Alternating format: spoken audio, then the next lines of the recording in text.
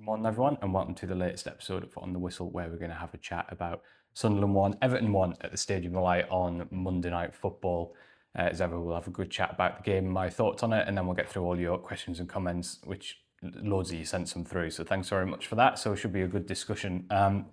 It was a really interesting game. Obviously, it's very obvious at the first half an hour, 35 minutes probably. Everton with a dominant force in the game, really, without having a lot of the ball. And that was what I found really interesting, is that it's probably the first time this season that I felt that a team probably hasn't come to face Sunderland expecting to get right after the game, expecting to be dominant, almost feeling like they should be on the front foot against a newly promoted team. It's something that I'm going to be really interested to see. Saturday against Arsenal will probably be a very different game, but moving forward over the next couple of months, whether the way Sunderland have started the season is going to change a little bit how teams approach them. And I felt that yesterday was maybe the first time I felt that, where a team said, actually, you know what, we're going to kind of almost respect Sunderland, but also we're going to be quite happy to let you have the ball a little bit. Let's see what you can do with it. Let's see how you build up. And I thought Everton got right down to a T, really, because in that opening period, we've talked a lot about Sunderland's strengths this season, the things that they're really, really good at. Probably the one thing we've talked about is that the area of the game that's still developing is their build-up play, how they build out from the back, how they create attacks, how they look after the ball. That's probably the one area where at the moment, sometimes it's felt like they're probably not quite at sort of a top Premier League level. And I thought Everton played on that really well in the first half an hour. They basically just said to Sunderland's defenders, you have the ball, that's fine, let's see what you can do with it. And then what I thought they did brilliantly well was they worked unbelievably hard when that pass came into midfield. And of course, what Sunderland did is they made too many errors. And I think that Everton understood their strengths to a T. They won the ball back in midfield. And then they fed it really early to Grealish and Iliman Ndiaye, who were fantastic in the first half an hour. We talked a little bit about on this video last week about Josh Ashimpong and how much I enjoyed watching his performance, especially in the first half, really similar with Grealish and Ndiaye, the quality, the decision making. It was a real treat to watch, but of course a lot of it was down to Sunderland making those errors in possession. And it was interesting in the game because I kind of looked at that through that tactical lens of Sunderland struggling to build up. I think what was really clear from the reaction after the game from the Sunderland camp, whether that was Régis Lebris, Granit Xhaka or Enzo Lefebvre, they didn't necessarily see it so much as a tactical problem, as Sunderland just been really sloppy and just been well below the standards that they set. And I guess the fact that they improved an awful lot after the first half an hour within the same system and within the same shape would kind of bear out the fact that they just weren't at the level that they needed to be. And I think that first half an hour was probably a really harsh lesson for the dressing room in terms of this is a really, really, really high standard of football. The quality of the opposition is really high, and if you're not at your absolute best, you're going to get picked off. And I think that's what we saw. And it was interesting. I'm sure most of you have seen now Granit Xhaka's post-match interview on Monday Night Football, where he talks about he felt the standards in training on Sunday weren't as high as they should have been, how that kind of fed into Sunderland's performance at the start of the game on Monday night. So a really interesting start of the game. I think, Sunderland's so sloppy in possession, but you have also got to give credit to Everton. As I say, when I looked at half-time, Sunderland had 61% possession. That's incredibly unusual, not just in the Premier League, but actually across the Championship last year. It would be quite unusual for someone to dominate possession to that extent. And the fact that at that stage, Everton's XG was, I think, about 3 times the size of Sunderland's at 0.9. I think that just reflected the fact that it wasn't Sunderland almost, dominating the game against Everton's will. They were actually quite happy for that, and they did a lot more with a lot less of the ball. But there were good signs, I think, towards the end of the first half from a Sunderland perspective in the way that they were taking control of the ball. And they were, most importantly, it wasn't just possession across their back line, deep in their own half, which Everton were really comfortable with and basically waiting for the mistake. It was up the pitch. They were starting to push Everton back into their own box, creating a little bit of pressure. And that, of course, leads to the goal right after half-time. Good bit of hold-up play from Isidore, really good work from Enzo Lefebvre. And then obviously Sunderland get fortunate with a goal in that I think Jordan Pickford saves it quite comfortably. If Tarkowski doesn't put his foot out, he does, and Sunderland get an equaliser. But I think if you look at the sort of way that Sunderland played from probably 35 minutes onwards, I don't think there's any doubt whatsoever that Sunderland deserved a point minimum. Did they deserve to win the game? I think when you take into account how poor they were in the first half an hour, I think probably not. And also, I think if we're extra critical, I think you could say that Sunderland didn't create loads and loads of chances despite dominating the game in the second half. think that obviously they have that massive chance where Xhaka puts that gorgeous first-time cross in for Mukele, who should hit the target. That's a big opportunity. I do think it's clear that Sunderland were fairly unfortunate not to get a penalty when Michael Keane puts his hands out. We'll get to that a little bit later. That obviously would have been a big opportunity to win the game. But I think I mentioned there the kind of stats at half-time.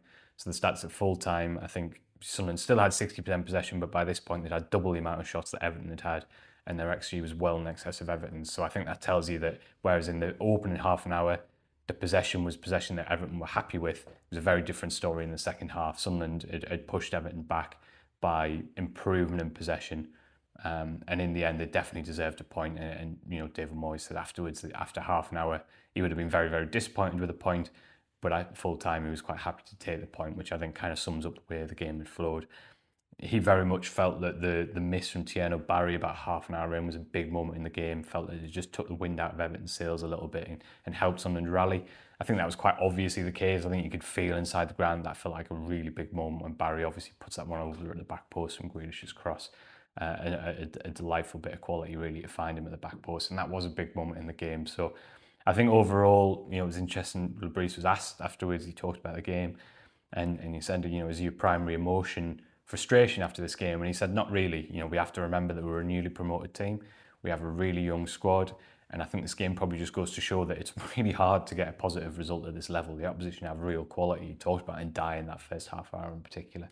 And he felt he said, it's a good point. It is a good point for us. So I think loads to kind of unpack, which we'll kind of go through now when we go through your comments and questions. But in the end, I come away a little bit reassured actually, because yet again, Sunderland have found a way to take something out of the game. And the most promising thing for me is, yes, I want to see Sunderland creating more chances, and I want to see them, especially at home, working the opposition goalkeeper more than they did in the second half. But normally I haven't been overly impressed with Sunderland's build-up play for a lot of this season. I'm quite encouraged that they were able to control the ball and actually looked happy on the ball for much of that second half.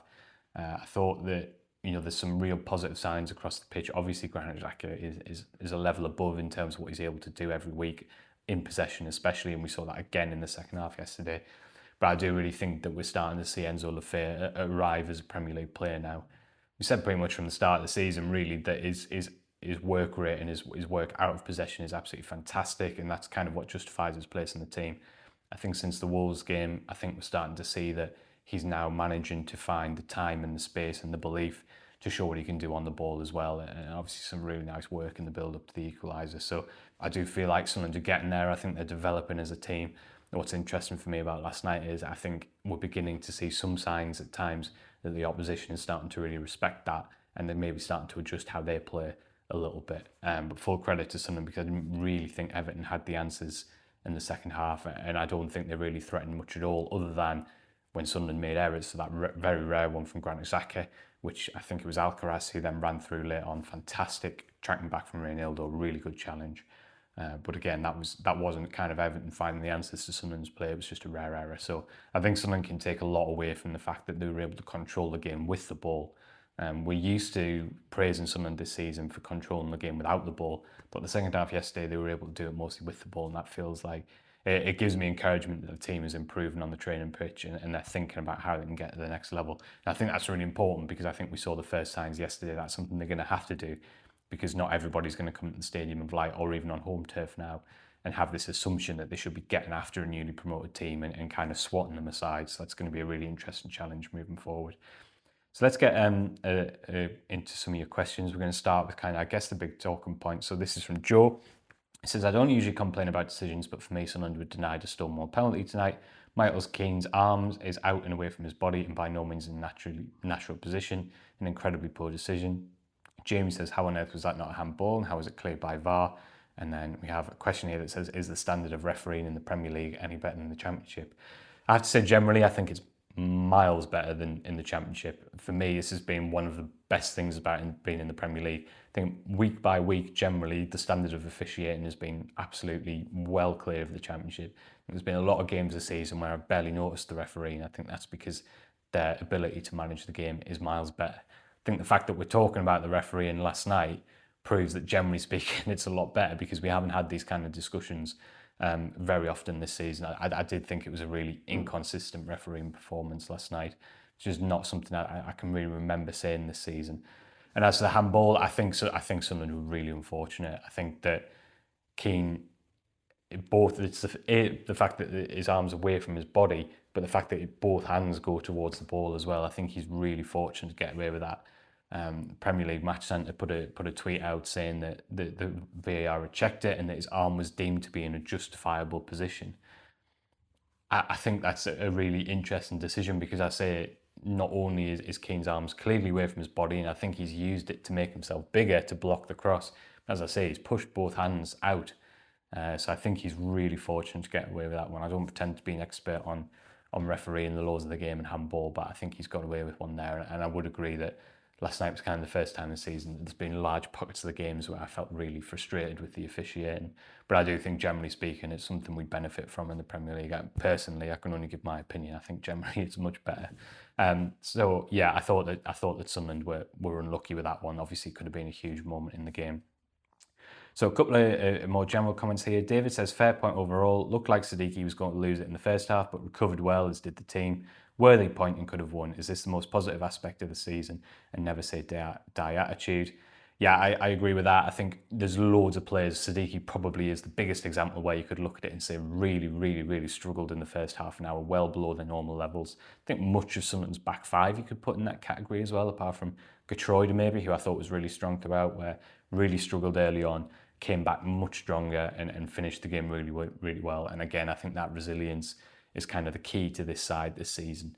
There's a reason why they haven't been kind of comfortably beaten in any game. They do have that resilience. They were fortunate last night to still be in the game. Let's be absolutely clear about that. It could have been a repeat of the Man United situation where someone were 2-0 down inside the first half and had a mountain to climb. So they did get a bit of luck, especially with that Barry miss. But for sure, I think it was more evidence that this is a really resilient side, and that's something we can take a lot of confidence from. Michael says, is it still a good weekend for Sunderland that despite West Ham's win, nobody at the bottom won, and we're currently still 11 points clear of the bottom three? Definitely a positive weekend overall. I think for sure you want to win your home games. It's always disappointing when you drop points at home, and especially because Sunderland have been so strong this season. But I think you've got to put it in the context, as you say, Michael, in terms of the fact that in terms of the general picture of the Premier League, it was another positive week for Sunderland. And I would just say as well is that we came into this kind of block of games after the win over Wolves, and we felt that win over Wolves was really, really important because Sunderland were going into a brutally tough run of fixtures. And we were kind of looking at it saying, you know what, if you get 6-7 points from this next run of 6 or 7 games, it's solid given the difficulty of the fixtures, and it gives you a good buffer at the relegation zone in all probability. Well, Sunderland have already taken 4 points from 2 games, if you include the Chelsea game. So overall, I think if you look back to where we came in at the start of the international break, thinking this was a really important month to get some points on the board, given what's coming later with the African Cup of Nations of the December fixture schedule, 4 points from 2 is a massive step forward. Definitely some frustration last night, but I don't think there's any doubt whatsoever that this has still been, on the whole, a positive weekend for Sunderland. And I think that's kind of, to an extent, what the Breeze is feeding into as well, in terms of saying that we do have to remember a little bit where we've come from as well, and to that end, it's a point on the board. So just one that I was going to quickly kind of box off here. So James says, really important point tonight after such a poor start. Does Alderete come back into defence for Hume after that shaky start tonight? And Lack says, how big a miss is Alderete? He comes straight back in next week. Well, yeah, I definitely think early on, Alderete's composure on the ball was definitely missed. However, I think you could say that it kind of was a team issue rather than one individual. I asked Lebris about Alderete after the game, and he did say that he's still suffering some symptoms of concussion. So from what I can gather, he's not yet back in full training, and so I think he's a major doubt, to be honest, for the game against Arsenal on Saturday.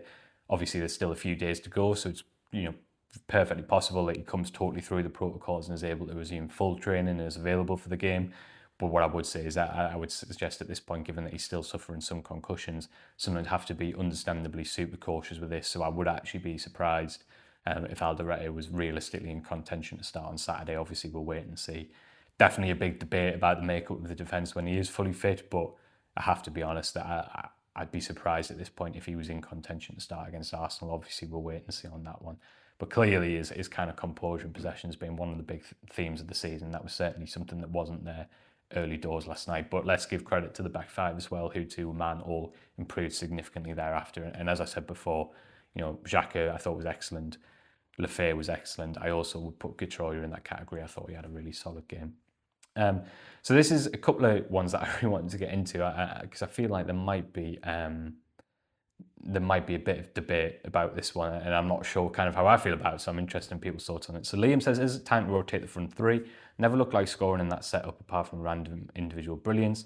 And then Kieran says Traore with, I'm not sure exactly how you would describe that emoji, to be honest, but kind of suggesting that it wasn't a great performance.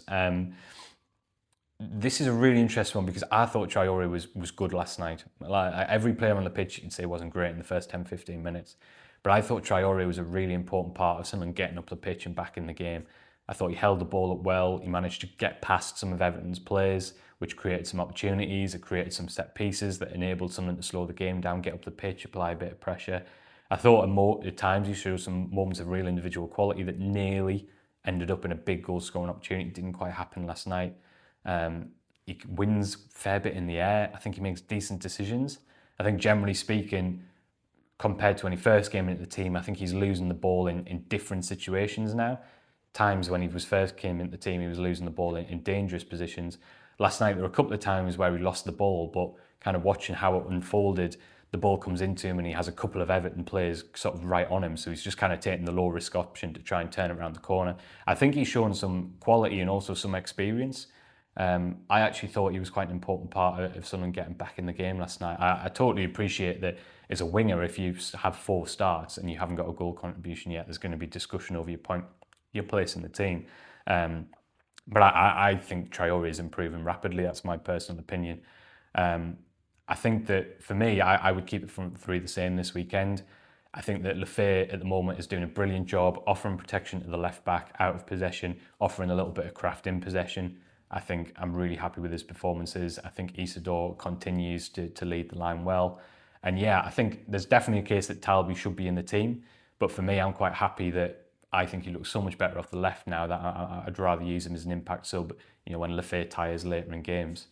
So it's a really interesting one. I think there's lots of players knocking on the door. Talby, I thought Broby looked much sharper last night. Didn't see much of the ball, but I think you can see he's getting up to fitness. So I think I totally understand where the debate comes from, but I actually thought that I'm relatively content with someone's front three at the moment. I think they're working so hard, and I think they're showing a bit of quality at times. Definitely, as I mentioned at the start of the show, want to see someone develop more kind of their in-possession game.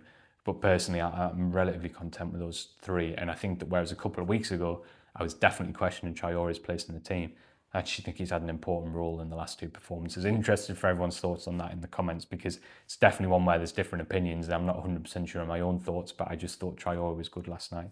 So here's the last kind of talking point. Moran says, do you think 5 at the back worked? Especially first half seemed to leave us open centrally.